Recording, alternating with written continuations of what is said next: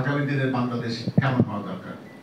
আপনাদের প্রত্যাশার ভেতরে অনেক কথা ছিল, যার ভেতরে সবচেয়ে ছিল যে আপনাদের মুক্ত কণ্ঠের এই কলমকে কেউ প্রতিহত করবে কিনা। আমি জানি যে কিছুক্ষণ পর আমাদের ভারপ্রাপ্ত চেয়ারম্যান জনাব তারেক রহমান তার বক্তব্যের ভেতর থেকে এই নিশ্চয়তা নিশ্চয়ই আপনাদের দেবেন, আপনাদের কলমকে বাংলাদেশ জাতীয়তাবাদী দল কখনো প্রতিহত করবে না। আমরা সবসময় কবিদেরকে নিয়ে খুব গর্বের সাথে উচ্চারণ করি। কবিতা একটা পরিচিতি, কবিতা একটা দেশকে চেনায়, কবিতা একটা জাতিকে চেনায়, কবিতা আমাদেরকে আত্মপরিচয় দেয়। সেই জন্য কবিরা কখনো দৈন্য হন না। কবি কাজী নজরুল ইসলাম যখন বলেন মোর প্রিয়া হবে এসরানী দেব খোপায় তারার ফুল, তখন বুঝতে হবে যে তার ভাবনার জগৎটি কিন্তু এই পৃথিবী ছাড়িয়ে মহাবিশ্বের সেই তারকা খচিত তারকাকে এনে তার প্রিয়াকে সাজাবার সম্ভাষণের কথা বলে। আপনারা জানবেন যে আজকে ভারপ্রাপ্ত চেয়ারম্যান জনাব তারেক রহমান, যিনি আজকের এই অনুষ্ঠানের প্রধান অতিথি, তার হৃদয়ে তার রক্তের ভেতরে কিন্তু সেই কবিতার বীজ অনুরোধিত হয়েছে, রোপিত হয়েছে অনেক আগে থেকেই। আপনাদের অনেকের হয়তো জানা নেই, তার মাতামহী তার পিতামহী, যার বাবার আপনারা জানেন যে তার দাদি বলবো আমি, যে জাহানারা বেগম, তিনি ছিলেন একজন নজরুলগীতি শিল্পী। তিনি পাকিস্তান বেতারে তখন নিয়মিত নজরুলগীতি পরিবেশনা করতেন। ফলে যে জিয়াউর রহমানকে আপনারা দেখেছেন একটি শক্ত চোয়ালের একটি রিজু একজন সেনানায়ক, যিনি বাংলাদেশের স্বাধীনতাকে ঘোষণা করেছিলেন এবং তারপরে কবিতা তার পেছনে পেছনে গেছে। কবিতাকে তিনি আত্মস্থ করেছেন যখন বলতে পেরেছেন নির্দ্বিধায় যে একটি ফুলকে বাঁচাবো বলে যুদ্ধ করি। সেই বাংলাদেশকে তিনি গড়েছিলেন। তার শৈশব থেকে তিনি তার কানের পাশে কবি নজরুলের কবিতা শুনেছেন। আপনারা তার পাশাপাশি যদি আপনি বাংলাদেশকে দেখেন, যখন তিনি দেশের দায়িত্ব পেয়েছেন তখন কবি আবুল ফজল ছিল তার শিক্ষা উপদেষ্টা।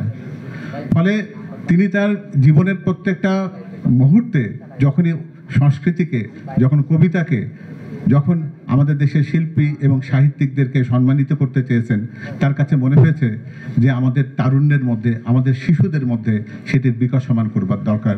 সেজন্য বাংলাদেশের ইতিহাসে প্রথমবারের মতন তিনি শুধুমাত্র শিশুদের ভেতরে এই শিল্পী মনার বিকাশ সাধনের জন্য জন্ম দিয়েছিলেন নতুন করির মতন একটা অসাধারণ অনুষ্ঠানের, যেটি বাংলাদেশের সাংস্কৃতিক জগৎকে আজও প্রবাহমান সিঞ্চন দিয়ে যাচ্ছে অনবরত।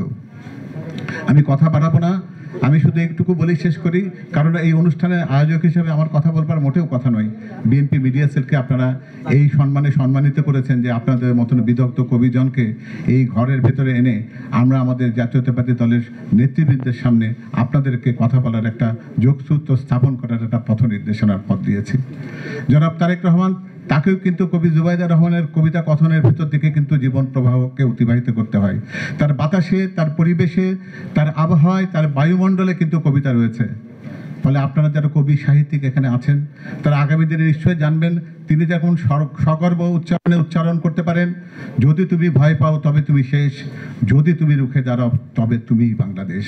আমরা সেই দেশের প্রত্যাশা করব, যেদিন এই বাংলাদেশ সত্যিকার অর্থে একটা সাম্যের বাংলাদেশ হবে, যেদিন প্রত্যেকটা মানুষ তার কথাগুলো বলতে পারবেন অবিচল চিত্তে, কেউ তাকে প্রতিহত করবে না। আমরা তেমনি একটি বাংলাদেশ চাইব যেখানে মানুষ মানুষের অধিকারকে ফেরত পায়, বাংলাদেশের প্রত্যেকটি মানুষ যেন অনুভব করতে পারে এই দেশটি তার। জনাব তারেক রহমান আগামী দিনে নিশ্চয়ই বাংলাদেশের দায়িত্ব নেবেন এবং তখন এই সত্য, এই প্রত্যয় আরেকবার নতুন করে প্রতিষ্ঠিত হবে।